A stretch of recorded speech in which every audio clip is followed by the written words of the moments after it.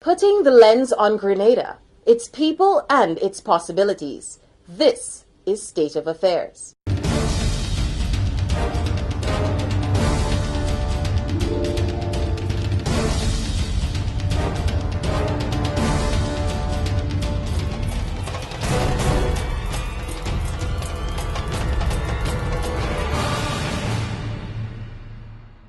Reporting this week, I am Tahira Natalie Carter. Come sail with me. Grenada's yachting sector gathers momentum. Youth employment, new opportunities of training and startup capital for young entrepreneurs. And underground food. Officials use an annual festival to toot the health benefits of root crops. Janelle Grant Hamlet, Abigail McIntyre, and Raul Titus all report from the Grenada heartland when we come back.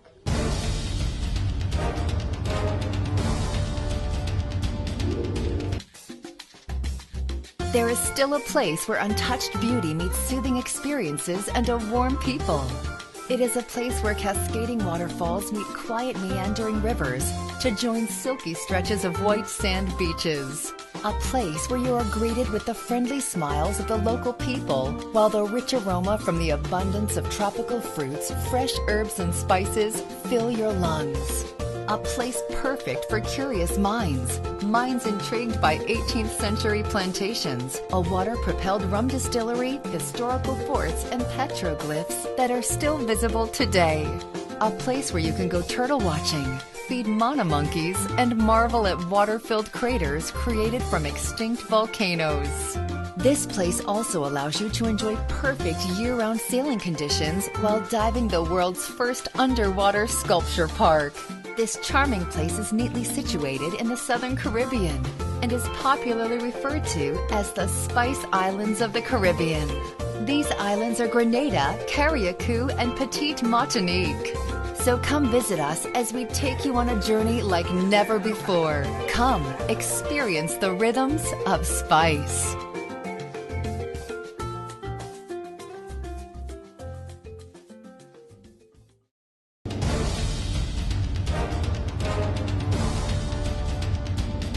Welcome back. Grenada's yachting sector has been making waves quietly. The tourism subsector has been consistently impacting positively on many aspects of Grenadian life, from direct employment to the retail sector. Janelle Grant Hamlet has the story of how the gains of Grenada's yachting sector are helping to keep the economy vibrant. Well, we know where we're sailing, but we don't know. The yacht industry, with its impressive boats and numerous sailing festivals, is quickly earning the title of Grenada's mega economic contributor. Pumping in literal millions into Grenadian economy, the yacht industry employs over 900 Grenadians in various areas of the industry. State of Affairs delves into the secret behind the success of this industry.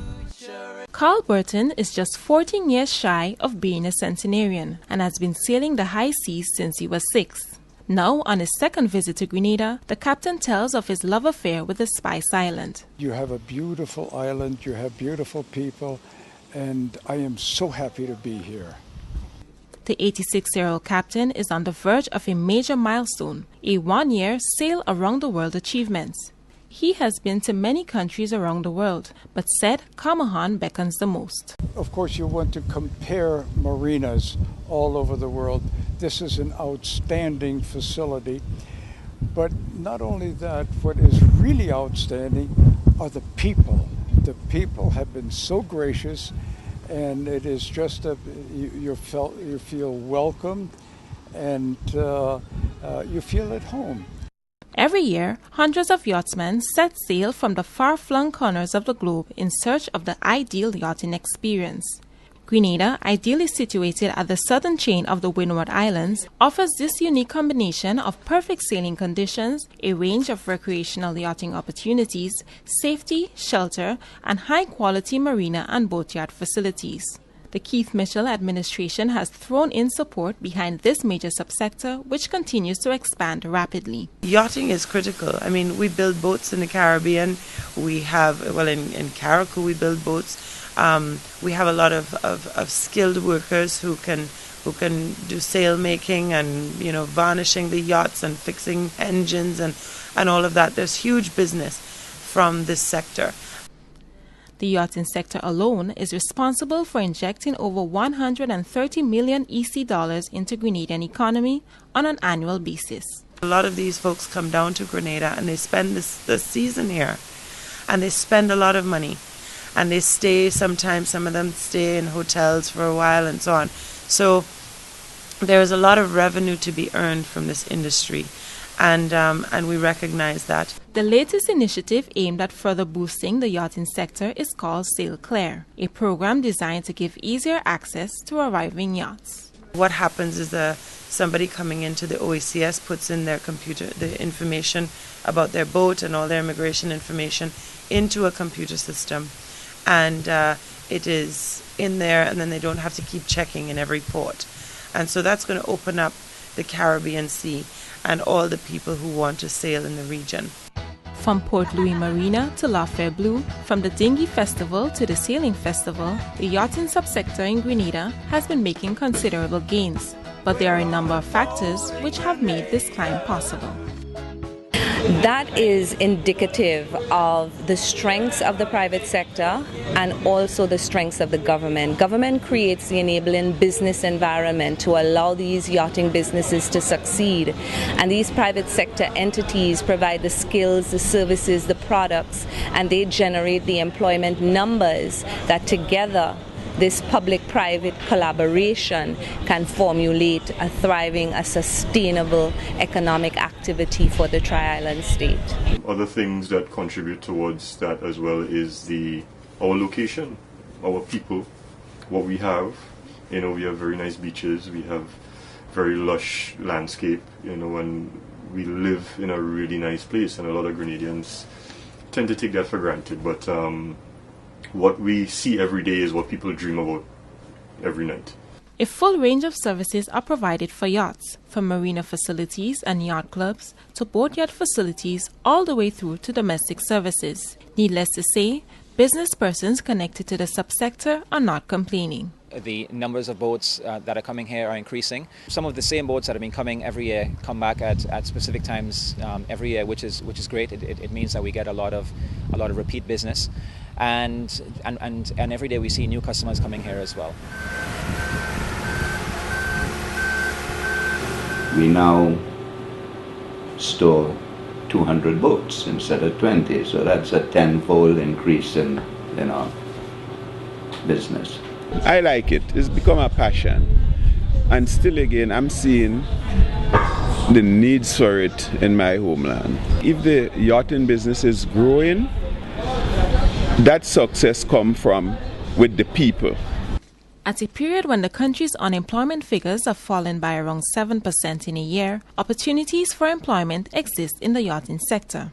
But as officials of the sector are quick to point out, training is a priority. Some of the growth opportunities were identified as providing more training for young people to become better skilled in making sails and in areas such as yacht mechanics, refrigeration, etc. That is being developed where we have the private sector organization, MAYAG, the Marine and Yachting Association of Grenada. They have actually worked with funds from a regional CART fund, a Caribbean Development Bank fund, to retrain and reskill 40 people who are already working in the yachting industry in Grenada. In addition to that is the fact that the Marine Institute of St. John's, Canada has had several meetings over the past 6 months with the T.A. Marichaud Community College, with GIDC, with the Grenada Tourism Authority, with MAYAG, and they are developing an associate degree program at the T.A. Marichaud Community College, which would even upgrade in a more significant manner the skills, the yachting skills that are offered. Back at Port Louis Marina, Captain Burton is eager to get back to his homeland to tell others of his experience in Grenada. I am here because of a recommendation, and I will recommend it, and hopefully there'll be many more yachtsmen who will come and visit your beautiful island. We're on the road to paradise. Here we go.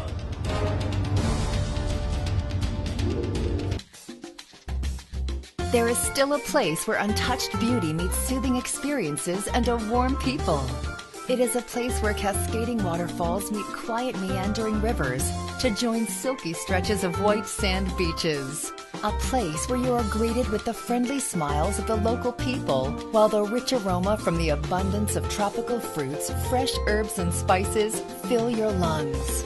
A place perfect for curious minds, minds intrigued by 18th century plantations, a water-propelled rum distillery, historical forts, and petroglyphs that are still visible today. A place where you can go turtle watching, feed mana monkeys, and marvel at water-filled craters created from extinct volcanoes. This place also allows you to enjoy perfect year-round sailing conditions while diving the world's first underwater sculpture park. This charming place is neatly situated in the Southern Caribbean and is popularly referred to as the Spice Islands of the Caribbean.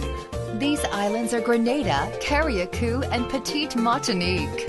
So come visit us as we take you on a journey like never before. Come, experience the rhythms of spice.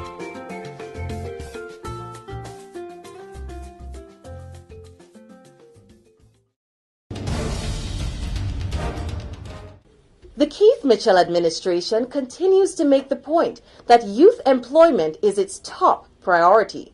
While a revamped Imani program is designed to further slash the country's unemployment figures, youth entrepreneurship has been set aside as crucial to this endeavor.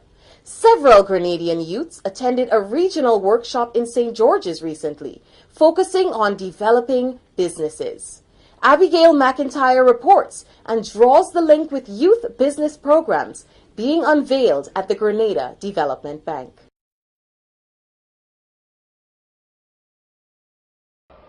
This week, State of Affairs tells you about a robust regional plan to make successful businessmen and women out of some of our most vulnerable young people. This new tool is called the Creativity for Employment and Business Opportunity Project, CIBO. Well, my business back home, I have a name for it, is Bloss Sweet Tooth, and I make fudge, I make crackerjack, I make guava cheese, and much more. And our business is called Collins Designs, and Collins means beautiful in Greek. And our company made candles and cosmetic pouches. We made different layers of fragrances of our candles. We had the coconut, we had pineapple and passion fruit, we had strawberry kiwi, we had lavender, and we had the citronella. And we had the single ones, which are only scented ones, and then we had the pouches. These are just two of the many young people who are benefiting and are hoping to have their lives transformed with help from a regional force called the Creativity for Employment and Job Opportunity Project, CIBO. The project is empowered by the CARICOM Secretariat. CIBO is geared towards engaging and inspiring small business among youth 15 to 29. It emphasizes creativity and teamwork and is delivered through hands-on interactive youth-friendly strategies. Young persons who the system, as it were, didn't provide enough opportunities for them, but their drive for success is very much evident. So we turn that drive into success. It's a 6-day program. So what we do, we take them and we train them for the first 4 days in the necessary business acumen, and then we give them monies to actually start the businesses of their desire. I'm a hustler, I'm a hustler, homie, I'm a hustler, I'm a hustler. Nothing that you have ever seen before. People have fun doing business with us. They have a fun learning experience. We put into practice what we teach them in the training actually right away. So I think that's what separates CIBO from all the other types of training programs that are going on. The CIBO methodology is one that is filled with energy, enthusiasm, and making everything you do in life and appreciating the small things, in addition to bringing you away from your everyday circumstances into a new beginning, a new path. So now you become a pathfinder. This project was piloted in 5 Caribbean islands before the process of implementation began. It's geared at encouraging young people to use their creative ideas and move to another level. People from as young as 15 years are benefiting from the program. You have young people in the world making money at ages of 11, 12 and being millionaires.